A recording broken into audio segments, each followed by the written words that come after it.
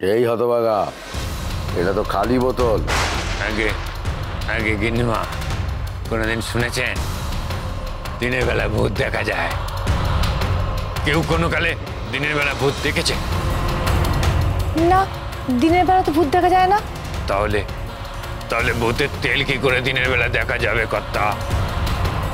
তো খালি চোখে দিনের বেলা দেখা যাবে না। আচ্ছা তাই?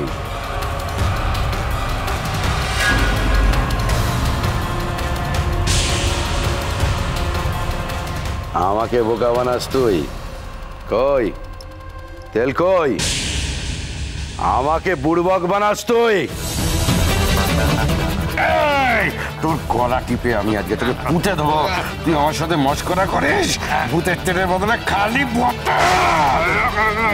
মাফ করবেন কর্তা, আমি আপনাদের বোকা বানাইনি। আপনাদের বোকা বানিয়ে স্বয়ং স্বয়ং মহারাজ।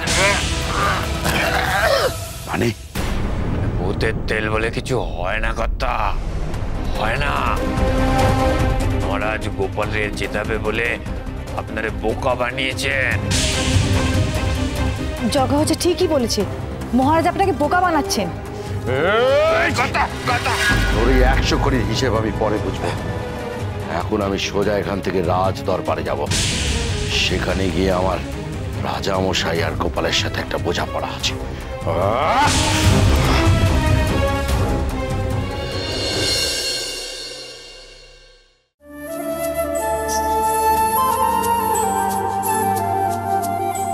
আহারে বেচারি পার্বতীটা আমার কথা ভেবে ভেবে শোয়নি। পার্বতী, পার্বতী, এই পার্বতী, তুই এসেছিস? আমার কত চিন্তা হচ্ছিল তুই জানিস। তুই একটু বস, আমি তোর জন্য জল নিয়ে আসতেছি। দাঁড়া দাঁড়া পার্বতী, কোথায় যেতেছিস কত? আমি একদম ঠিক আছি। আগে তুই কত, কেন ঘুমোসনি? সবটাতে না তোর খুব বাড়াবাড়ি। বাড়ি? তুই ওদিকে পুরুত মশাইয়ের খেদমত কাটবি, আর আমি এইটুকু করতে পারিনি? চুপ করতে তুই। চোখ মুখ তো শুকিয়ে এইটুকু হয়ে গেছে, আর তুই কইতেছিস তুই কি কাটিস? কাটিয়েছ না রে কুমড়ো, কেন অত কষ্ট করতে গেলি তুই? ওই যে কথায় বলে নে, কষ্ট না করলে কেষ্ট মেলে নে। কেষ্ট পাওয়ার জন্যই কষ্ট করলে। কুমড়া, তার মানে পঞ্চানন ঠাকুর জানেন এই জিনিসের সন্ধান তুই পেয়ে গেছিস? চুপ চুপ চুপ, একদম চুপ। কেউ শুনে ফেললে? ও কুমড়ো, আমারে কনি তুই কি কল করলি? এমন কি জিনিস যা পঞ্চানন ঠাকুর জানেন? তারে পার্বতী, এখনই অত নিশ্চিন্ত হওয়ার সময় আসেন। আমি পাইনি। তবে কি? তবে গোপাল, মন্ত্রী মশাই। গোপাল, এই যে চল চল চল, রাজসভায় চল। পঞ্চানন রসশাস্ত্রী বসে এসে গেছে, চল। দাঁড়াও দাঁড়াও, তো তো এক্ষুনি এলো, একটু জিরিয়ে নিতে দাও। তাই নাকি? ভালো পেয়েছিস তোরা। পঞ্চানন রসশাস্ত্রী ওর জন্য বসে থাকবেন? ঠিক আছে, তুই জিরো। আমি বরং রাজসভায় গিয়ে মহারাজকে বলে দিচ্ছি যে লড়ার ভয়ে গোপাল আসতে চাইছে না। কেমন? মন্ত্রী মশাই, আমি যাব। চলুন চলুন। চল চল চল।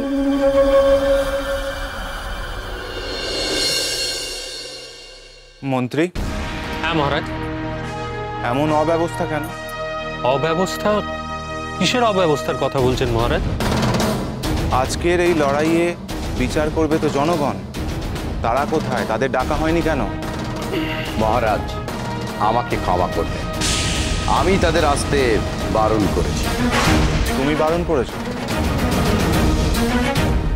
প্রজারাই যে আজকের বিচারক সে বিষয়ে তুমি জানো এবং তুমি মেনেও নিয়েছো। তাহলে অযথা ব্যাঘাত সৃষ্টি করছো কেন তুমি পঞ্চানন? আমি কি জানতে পারি কারণটা? ব্যাঘাত সৃষ্টি করা আমার উদ্দেশ্য না মহারাজ, তবে পরীক্ষার আগে পরীক্ষাপত্রের ত্রুটি সংশোধন করা আমার উদ্দেশ্য। কিসের ত্রুটি? পরীক্ষাপত্রে কি ত্রুটি তুমি খুঁজে পেলে? অপরাধ নেবেন না মহারাজ, আপনাকে একখানি প্রশ্ন করি। আপনার বাবা আপনাকে এই তেলের কথা ঠিক কখন বলেছিলেন মহারাজ? পঞ্চানন, আমি তোমাকে আগেও বলেছি আমার বাবা তখন মৃত্যু শয্যায় ছিলেন। বারবার একই প্রশ্ন করার মানেটা কি? মানে আছে মহারাজ, প্রত্যেক বিষয়েরই একটা স্থান, কাল, পাত্র গুরুত্বপূর্ণ। এক্ষেত্রে স্থান হলো রাজবাড়ি, আর পাত্র হলো আপনি এবং আপনার বাবা পূর্বতন মহারাজ, আর কাল হলো তার মৃত্যুশয্যা। অন্যভাবে নেবেন না মহারাজ। মৃত্যুর সময় অনেকেই অনেক কথা বলে, তার কোনো সঠিক অর্থ থাকে না। এটা বিকার বা প্রলাপ বলেও ধরে নেওয়া যেতে পারে, আর এসব কথায় গুরুত্ব দেওয়া ঠিক হবে না। আর আমি অনেক পড়ে এবং অনেক খুঁজে দেখেছি, ভূতের তেল বলে কিছু নেই মহারাজ।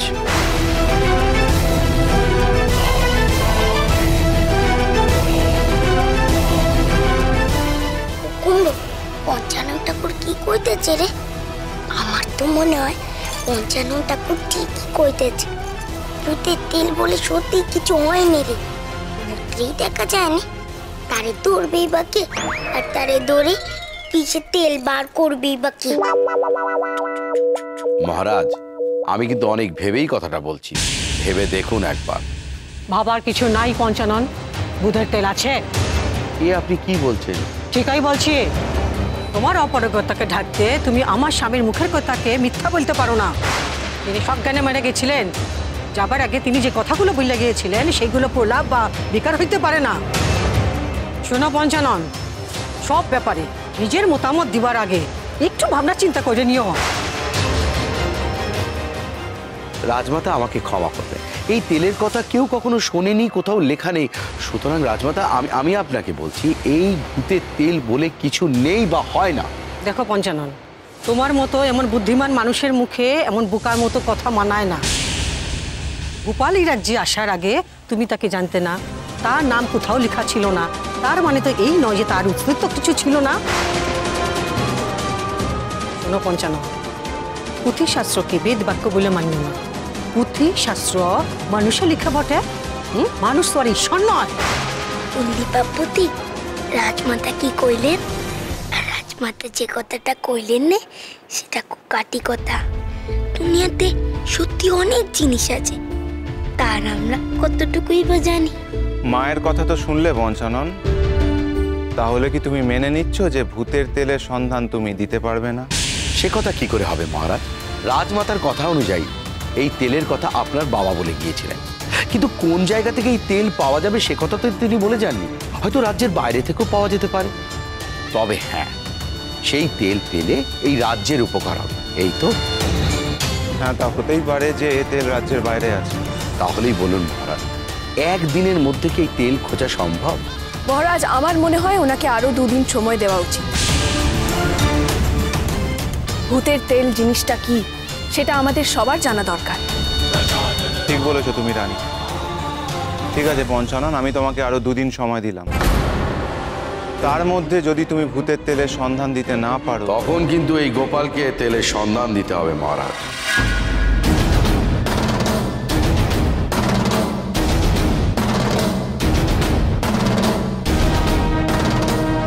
আমি? হ্যাঁ তুই, তোর তো খুব বুদ্ধি। না পঞ্চানন, তা হয় না। কেন হবে না মহারাজ? গোপাল যদি এই তেল খুঁজে না পায় তাহলে তো ওকে কোনো শাস্তি দেওয়া হচ্ছে না। আমি বা গোপাল দুজনেই যদি এই তেল খুঁজে না পাই তাহলে তো আপনাকে ধরে নিতেই হবে যে ভূতের তেল বলে কিছু হয় না, তাই না মহারাজ? তবে তাই হোক, তোমাকে আরো 2 দিন সময় দিলাম পঞ্চানন।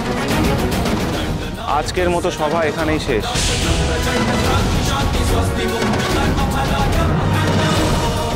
এসো মা, আসুন রানী।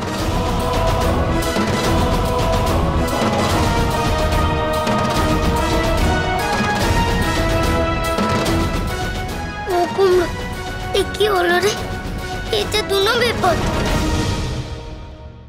তাই তো দেখতেছি। একে একে পঞ্চানন ঠাকুরের মুখ দিয়ে আমি জানি না কবে কি করে, সেটাই তো ভেবে পাওয়া গেল না। তার মধ্যে যদি ভূতের তেল খুঁজতে হয় তাহলে কোথায় পাবি সে তেল? শত্রুর শত্রু আমার বন্ধু, তাহলে সেই নীতিতে আজ থেকে আমরা বন্ধু হলাম।